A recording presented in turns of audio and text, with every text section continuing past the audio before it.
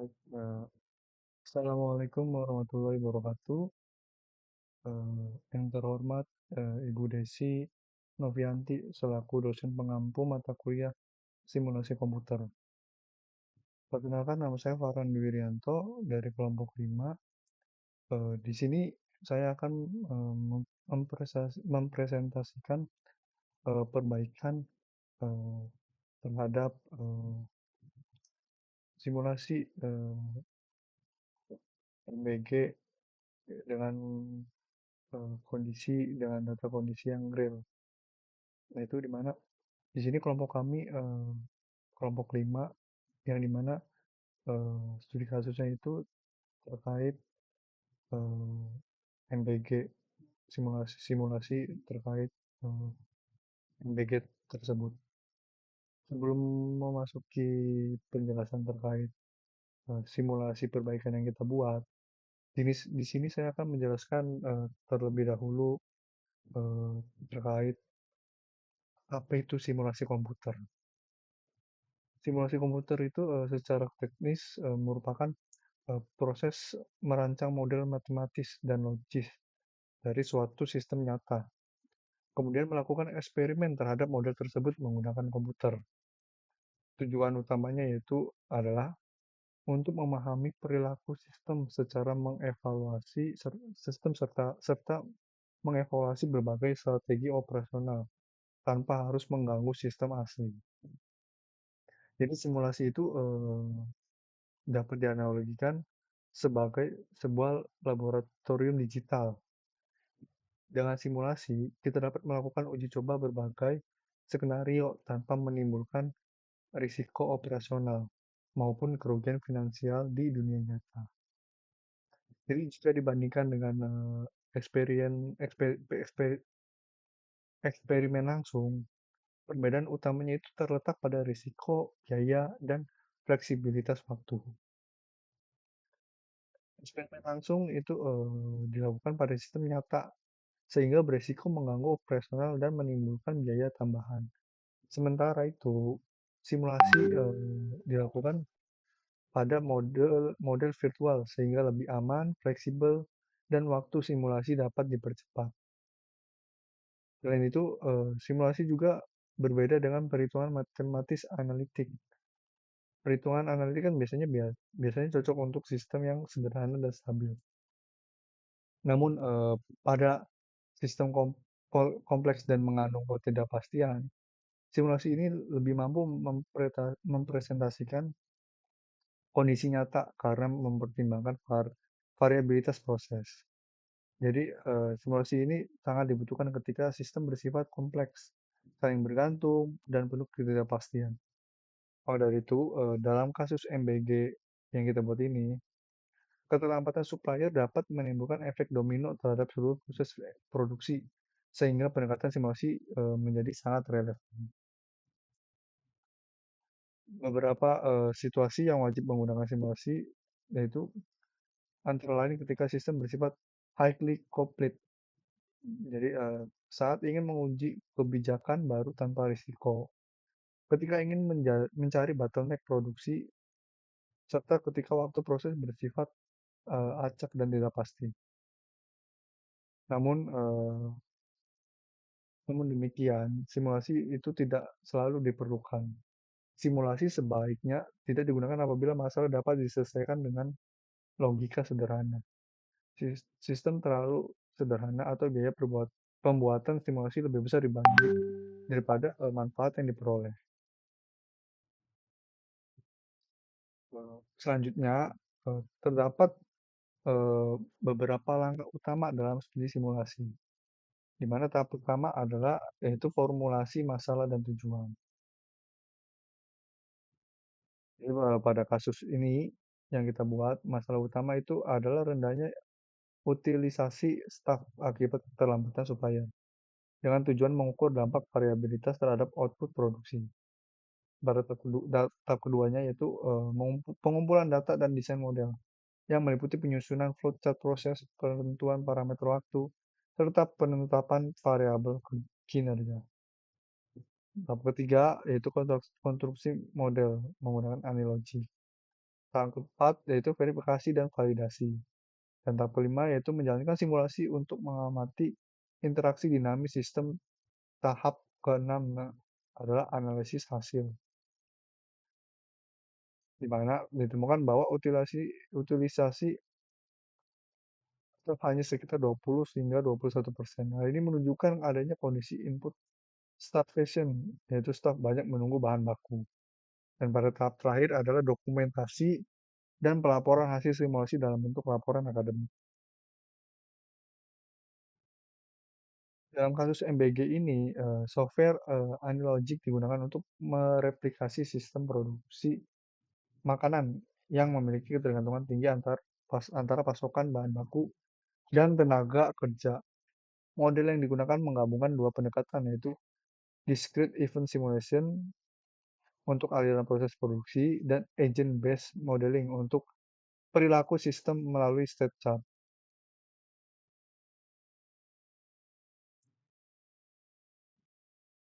Penggunaan simulasi ini sangat bermanfaat untuk sinkronisasi jadwal kerja, analisis risiko rantai pasok, serta penentuan kapasitas buffer atau safety stock.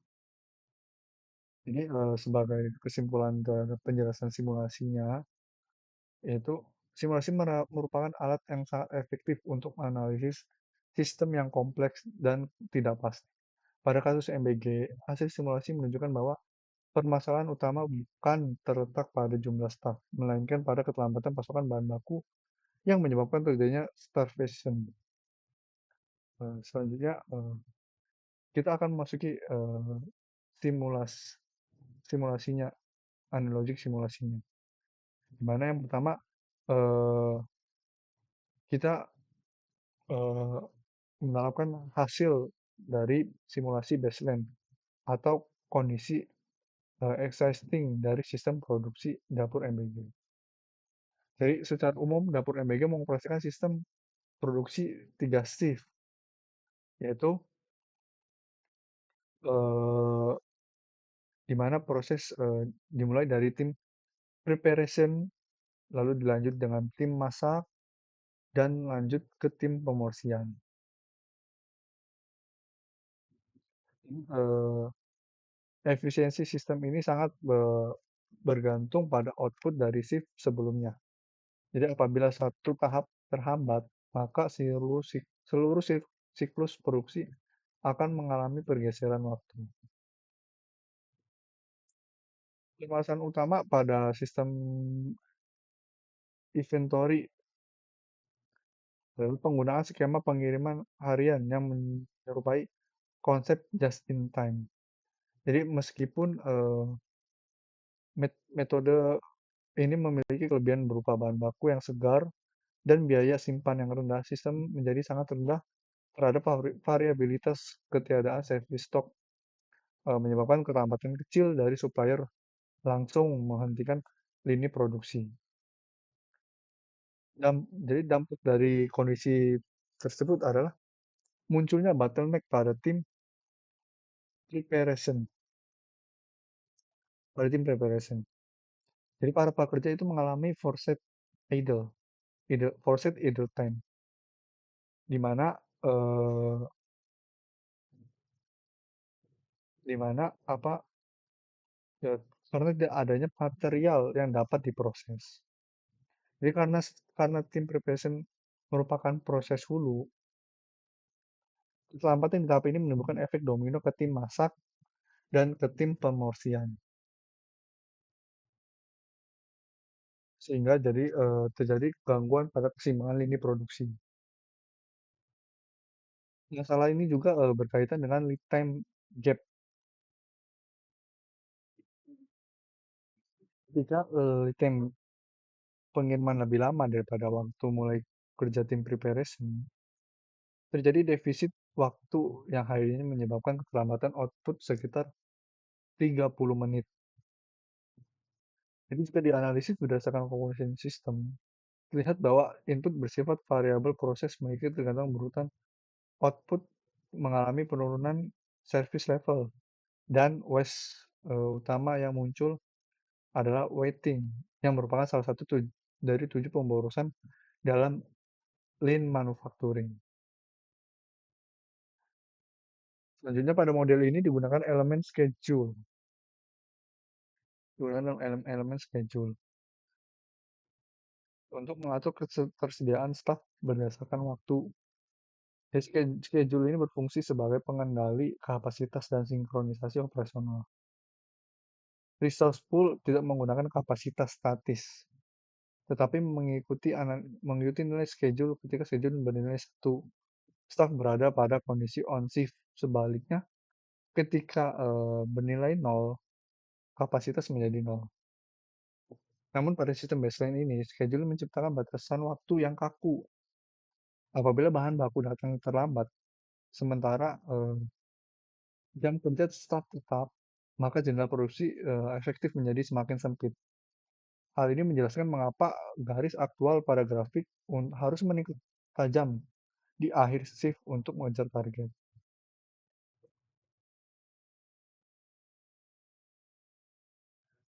Dari 3 indikator utilisasi menunjukkan performa yang rendah. Utilisasi tim preparation itu sekitar 20%. Tim masak sekitar 21%.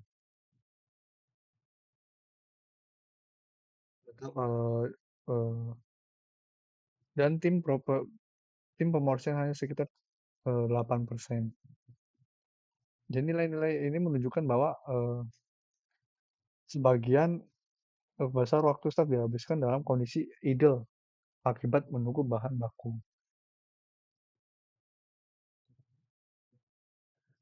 Pada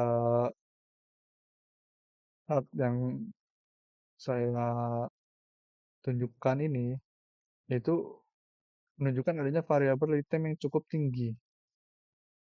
Dengan rata-rata keterlambatan berkisar antara sekitar 14 eh, hingga 57 menit. Semakin lebar semakin lebar, semakin tidak stabil performa supplier sehingga perencanaan produksi menjadi sulit dilakukan secara presisi.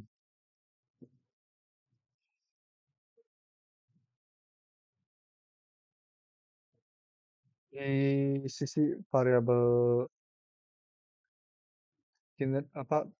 kinerjanya, yaitu di total throughput itu berfungsi sebagai KPI utama untuk menghitung total porsi, total throughput, total porsi sebagai KPI utama yang menghitung total porsi yang selesai. Eh, Nilai 18.000 porsi menunjukkan eh, kapasitas teknis sistem sebenarnya cukup untuk memenuhi target mingguan. Sementara itu variabel eh, di, di hari ke-1 digunakan untuk melacak siklus untuk waktu simulasi harian. Jadi perharinya itu kita asumsikan itu 3.000 porsi per hari.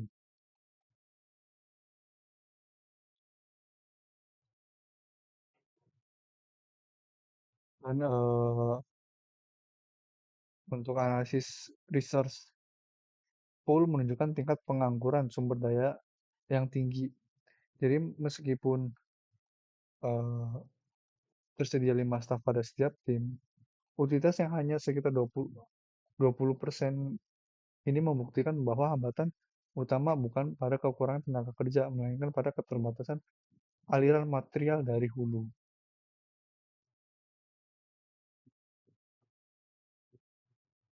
Jadi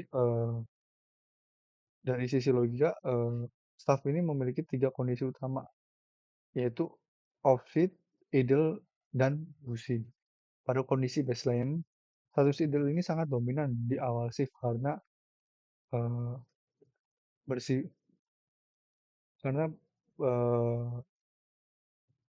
bergantung pada stabilitas supply chain. Eh,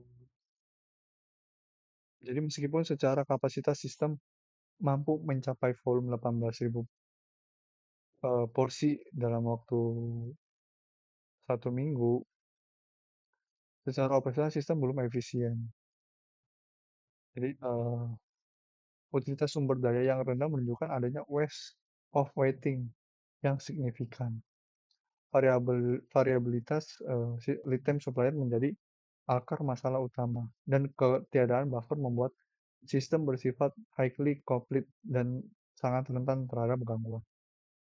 Jadi, kesimpulannya terhadap simulasi baseline yang kita buat ini, sistem existing secara teknis mampu memenuhi kuota produksi, namun secara manajerial belum efisien, dan belum mampu menjamin ketepatan waktu secara konsisten.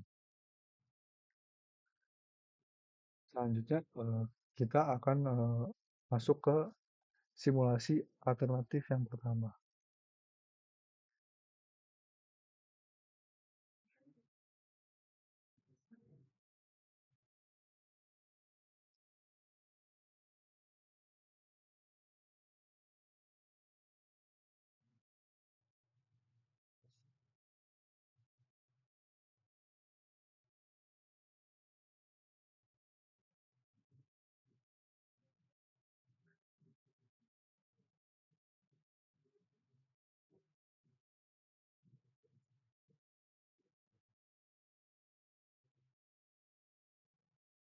Jadi,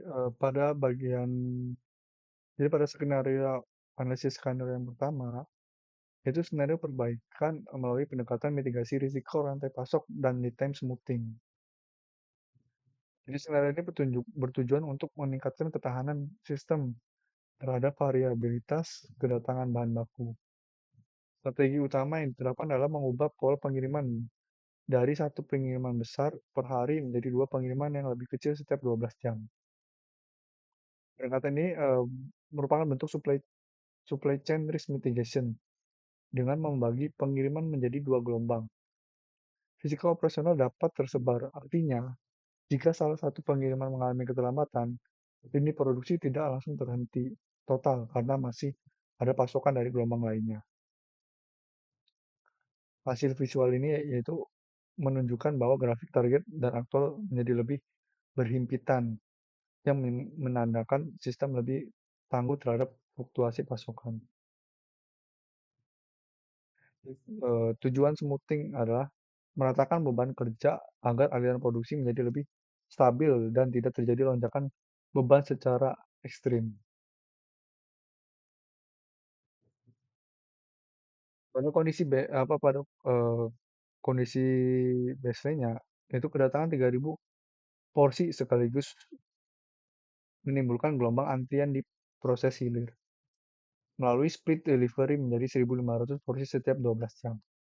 Beban input menjadi lebih merata, tapi dampaknya bottleneck pada proses pemursian berkurang dan jumlah walk-in proses menurun.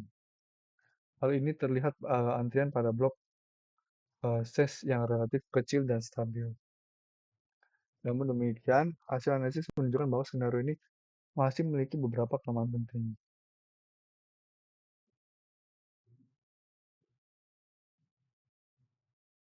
Pertama, yaitu dari sisi biaya tenaga kerja terjadi under utilization yang cukup serius. Utilization persiapan dan tim masak hanya berbeda pada kisaran eh, 16%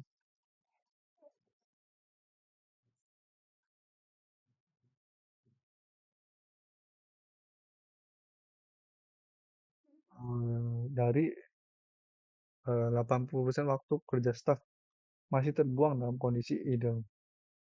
Secara finansial, kondisi ini menunjukkan eh, efisiensi biaya tenaga kerja karena jumlah staf tidak sebanding dengan beban kerja. Yang kedua, masih terdapat masalah schedule mismatch antara jadwal pengiriman dan jadwal kerja staf. Jadi walaupun pengiriman sudah dipecah menjadi dua gelombang, riset menunjukkan staf masih sering berada pada status idle. Yang ketiga, yaitu sistem menunjukkan adanya capacity rigidity, jumlah staf yang digunakan masih terlalu besar dibanding volume per gelombang dengan hanya 1.500 porsi kedatangan. Penggunaan 15 staf mengindikasikan over capacity atau overstaffing. sehingga sistem menjadi kurang fleksibel. Yang keempat yaitu pada bagian hilir masih menjadi downstream lag. Tim pemrosesan mencatat utilisasi terendah itu sekitar 6%. Hal hal ini menunjukkan bahwa meskipun perbaikan dilakukan di hulu, dampak starvation masih terasa paling kuat di proses akhir. Lalu yang terakhir yaitu terdapat risiko kekurangan produksi semu sebesar 1.500 porsi. Walaupun ini merupakan konsekuensi dari strategi split delivery, sistem menjadi sangat rentan apabila gelombang kedua mengalami gangguan tanpa adanya safety stock keterlambatan kecil saja. Tanpa adanya safety stock, keterlambatan kecil saja dapat langsung menggagalkan si target harian. Maka kesimpulan dari skenario satu ini berhasil meningkatkan stabilitas aliran produksi melalui mitigasi risiko dan smoothing. Namun, sistem masih menghadapi masalah efisiensi tenaga kerja, ketidaksesuaian jadwal, serta ketidaksediaan buffer. Maka dengan demikian, perbaikan lanjutan masih diperlukan, terutama pada aspek sinkronisasi jadwal, penyesuaian kapasitas tenaga kerja, dan penambahan safety stock untuk meningkatkan ketahanan sistem secara menyeluruh.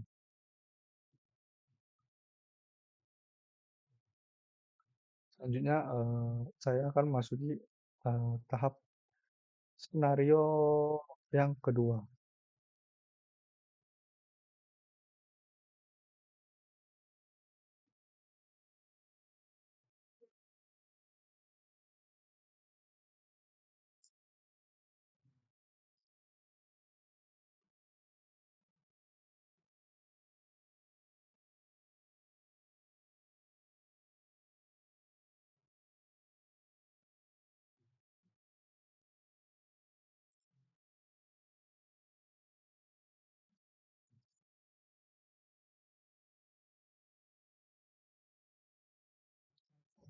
Bagian skenario pemaparan skenario yang kedua yaitu strategi perbaikan lanjutan melalui transformasi sistem dari pendekatan just in time melalui menjadi just in case. Tujuan utama dari skenario 2 ini yaitu adalah memutus ketergantungan langsung antara jadwal kedatangan supplier dan jadwal produksi dengan cara menambahkan decoupling inventory berupa gudang penyangga. Dalam konsep ini, sistem tidak lagi bersifat supply driven, melainkan berubah menjadi demand driven. Artinya, tim produksi dapat langsung mengakses bahan baku dari gudang sejak awal shift tanpa harus menunggu kedatangan supplier. Stabilitas inventory juga dijaga melalui dua parameter utama yaitu safety stock dan pre-order point.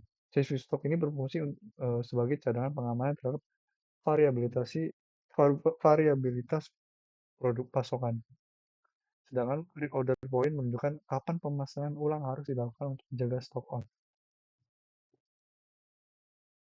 Di sisi lain, perubahan teknis simulasi ini terdapat beberapa modifikasi penting, di mana yang pertama itu dilakukan rekonfigurasi proses flow dengan menambahkan blok warehouse, yang menggunakan blok warehouse uh, storage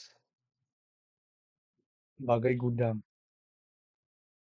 serta blok hold gudang sebagai pengontrol rilis material. Jadi kapasitas gudang ini diatur hingga 20.000 unit untuk menampung kebutuhan mingguan. Yang kedua, eh, kedatangan logika kedatangan ini diubah dari pengiriman harian menjadi satu kali pengiriman besar di awal simulasi sebesar 18.000 porsi. Seluruh material langsung disimpan di gudang sebelum diproses. Dan ketiga yaitu dilakukannya resource right sizing. Jadi jumlah staf dirampingkan secara signifikan, yaitu tim preparation menjadi 5 orang dan di cooking menjadi 5 orang dan tim proportion 3 orang. Tujuannya tujuannya apa? Yaitu tujuannya adalah untuk meningkatkan utilisasi dan efisiensi biaya tenaga kerja. Yang keempat yaitu menambahkan variabel kontrol baru seperti safety stock level, current stock, eh, dan total weekly stock dan indikator produksi harian untuk memantau performa sistem secara real time. Jadi berdasarkan hasil simulasi, performa sistem menunjukkan peningkatan yang sangat signifikan. Dari sisi throughput, sistem berhasil memproses 18.000 porsi secara tepat sesuai target. Indikator ini memiliki kekurangan produksi menunjukkan nilai nol, yang berarti reliabilitas sistem mencapai 100%.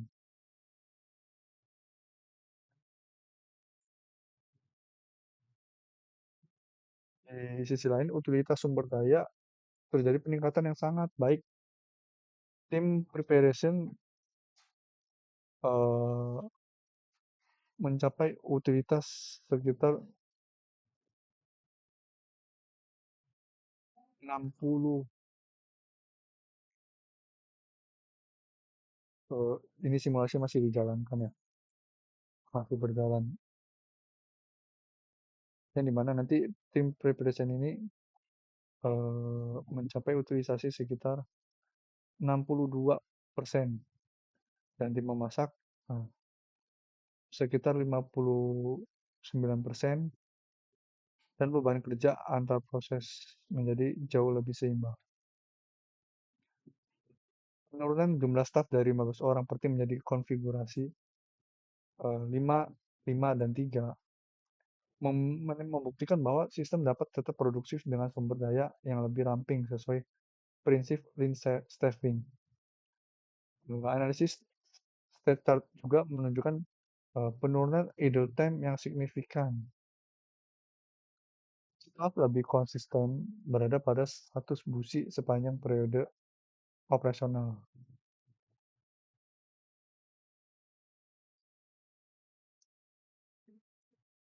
Jadi, dari si perspektif inventory, warehouse storage terbukti efektif sebagai decoupling point yang melindungi lini produksi dari variabilitas lead time eksternal. Dengan service stock sebesar 3.000 unit, memberikan jaminan bahwa sistem tidak mengalami starvation.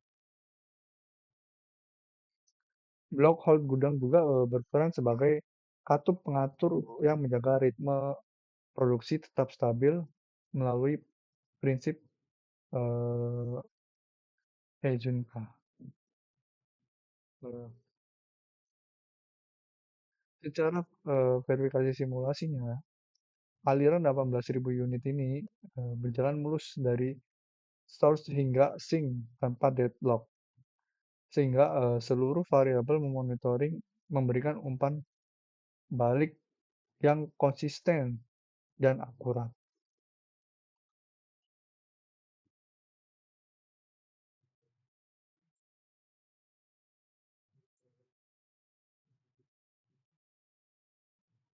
Kita perhatikan proses simulasinya yang sedang berjalan.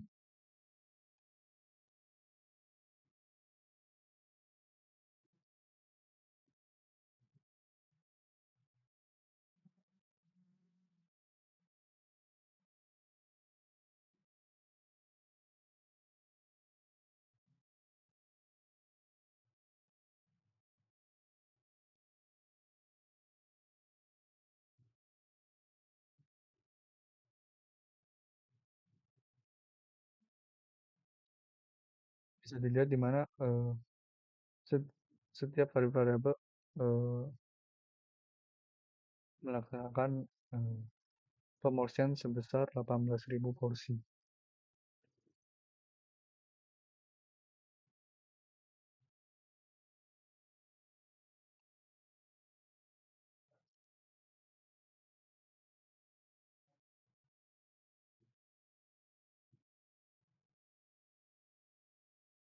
Eh, Proses pensimulasiannya sudah selesai dilakukan. Eh, Mendapatkan hasil seperti ini. di mana tim preparation, tim cooking itu menunjukkan eh, kinerja, kinerja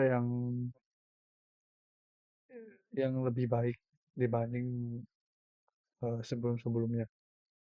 Di mana tim preparation mendapatkan 60%, tim cooking juga 60%, dan tim positioning itu 33%. Jadi kesimpulan dari skenario yang kedua ini merupakan kondisi optimal karena berhasil menyeimbangkan tiga aspek utama, yaitu efisiensi biaya, kualitas aliran proses, dan resiliensi sistem. Jadi sistem ini mampu mencapai output maksimum dengan jumlah tenaga kerja yang lebih sedikit, utilitas berada pada kisaran ideal sekitar 60%. Dan risiko gangguan dan rantai pasok berhasil dimitigasi melalui strategi just in case. Eh, Mungkin sekian presentasi perbaikan simulasi mata kuliah simulasi komputer dari kelompok saya dari kelompok 5. Eh, Cukup sekian presentasi simulasi yang saya berikan.